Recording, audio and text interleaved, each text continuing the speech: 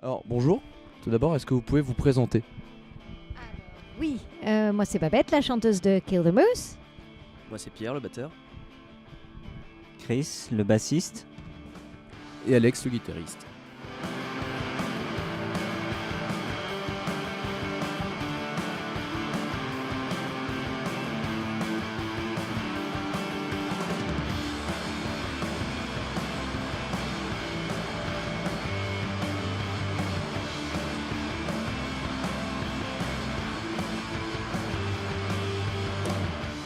Première question, pourquoi Kill the Moose? Est-ce qu'il y a une raison à ça?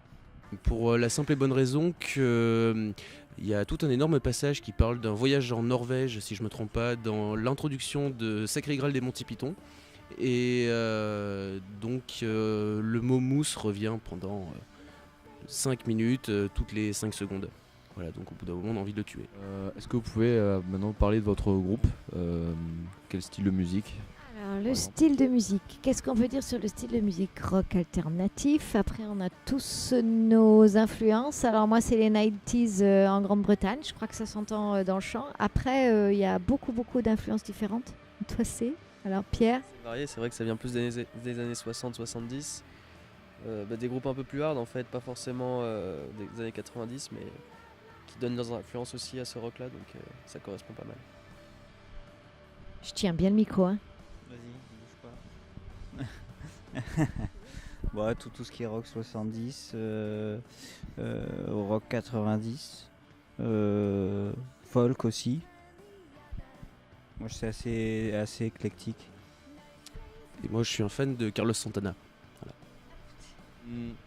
Combien avez-vous de titres, de chansons à votre actif? 54 et demi.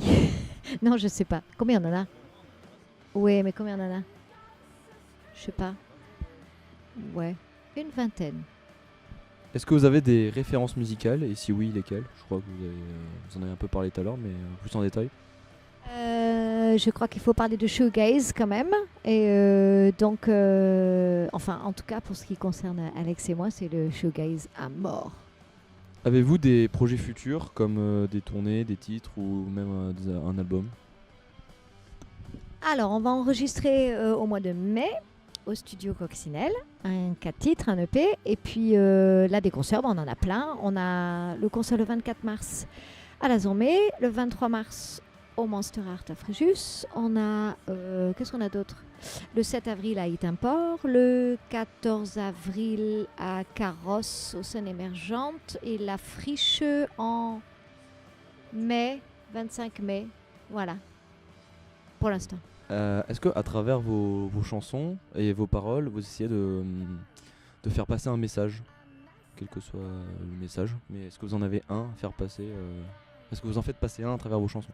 Oui, il y a pas mal de chansons qui traitent de l'actualité, donc je peux parler de laquelle?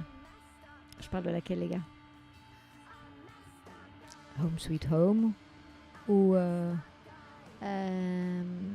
Oyster, The World is Your Oyster. Voilà, souvent je lis un article et puis ça me donne l'occasion de rebondir. Et The World is Your Oyster, c'est sur un gars qui est de Syrie, qui se retrouve au Canada, première vague de migrants, et qui raconte son histoire. Et j'ai trouvé ça très touchant parce que tous les matins, son fils le voit se poster devant le miroir et avec son costume, car c'est la seule chose qu'il a pu sauver de Syrie, et c'est un costume chic car il était médecin là-bas, sauf que arrivé au Canada, il s'est retrouvé à faire des petits boulots pour survivre. Ouais, et sa chanson elle traite de ça parce que c'est une image qui m'a marquée.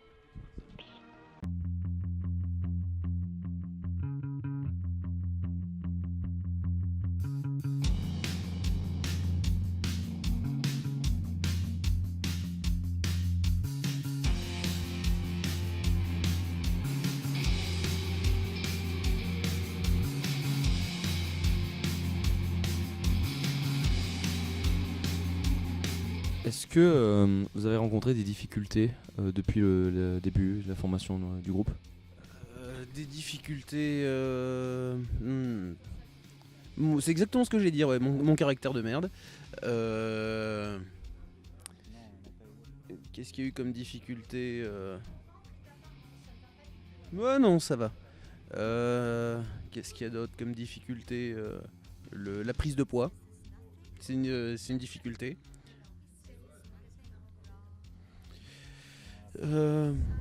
Disons que ouais, je pense que la plus grosse difficulté qu'on ait pu rencontrer en fait, c'est la fermeture du volume. Et Vlad aussi qui est derrière, qui est une difficulté à lui tout seul.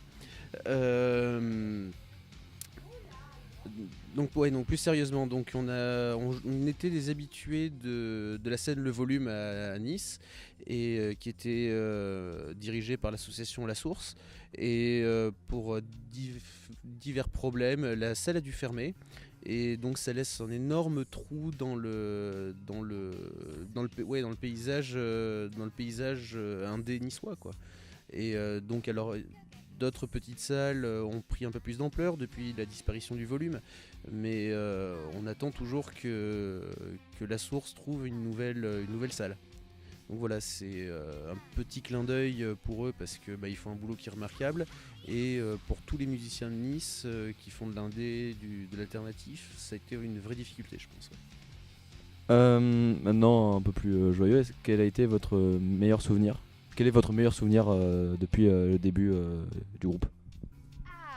Moi j'en ai, c'est quand on voit qu'il y a des blogs ou des radios à l'autre bout du monde, en Angleterre ou quoi, qui passent nos chansons. Ça c'est un vrai bonheur. Moi je jubile à chaque fois.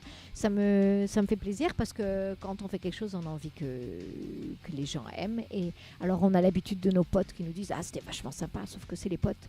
Alors quand c'est des blogs, on a eu quoi, Nouvelle-Zélande, on a eu sans nous vanter, mais enfin ça fait super plaisir. Liverpool, Manchester, Canada, Los Angeles, San Francisco, on me dit, Hong Kong. Voilà, bon, ça fait plaisir. Ça, c'est des petites joies. Ça fait vraiment, vraiment plaisir. Et puis à chaque fois qu'on joue, enfin moi je sais pas vous, mais à chaque fois que je joue et que je chante. Je crois que le meilleur moment, c'était lorsqu'on était en train d'enregistrer notre premier EP au studio Coccinelle. Alors, pour juste donner une image, c'est un truc énorme. C'est une énorme maison qui est en bord de mer, juste à côté de Fréjus, Saint-Égulphe. Et vue plongeante sur la mer, un décor absolument magnifique, une très belle maison, baie vitrée, etc. Et le meilleur souvenir, c'était le dimanche matin au réveil. On était tous fracassés. On avait Chris et Pierre avaient enregistré jusqu'à pas d'heure. Enfin, c'était la basse, je crois. Ils avaient enregistré jusqu'à minuit, un truc comme ça, je crois. Et on était tous fracassés. Et puis donc voilà, c'était le petit réveil tous ensemble, tous en train de se prendre un café, essayer d'émerger. C'était vraiment, je crois, le souvenir que je garde. Ouais. D'accord, et enfin ma dernière question, si vous devez choisir une musique, une seule, pour présenter votre groupe, ce serait laquelle? Alors moi, je dirais Good Girl. Je dirais Good Girl parce que elle est pro-femme, voilà, et que c'est dans l'air du temps. Mais c'était pas choisi qu'on parle de ça juste avant l'actualité Weinstein et compagnie. Mais surtout parce que avec Alex, on s'est amusé à faire la vidéo et c'est un super souvenir. On a mis des images d'archives et tout. On a passé des heures dessus. C'est une vidéo faite maison et voilà, vraiment, on l'a accompagnée jusqu'au bout. Ça a été un vrai petit plaisir. Pour moi, désolé Chris, peut-être que je vais te la voler, c'est Stalker. Elle marque un cap quand même dans les chansons qu'on a pu produire. Elle marque plus, l'aspect électro-rock qui arrive à se figer maintenant, qui est plus harmonieux qu'au début. Donc pour moi, ouais, c'est vraiment la transition. C'est ce titre-là qui fait la transition maintenant dans nos morceaux. Moi, je vais choisir. Je les choisirai toutes, mais je vais prendre The World Is Your Oyster pour la fin. Tout le passage de fin avec l'harmonie basse-guitare qui est peut-être une des meilleures harmonies qu'on a fait avec Alex. Et pour moi, ça serait Falling Out of Space, qui est une chanson qu'on va enregistrer en mai. Voilà. Très bien, merci beaucoup pour votre attention.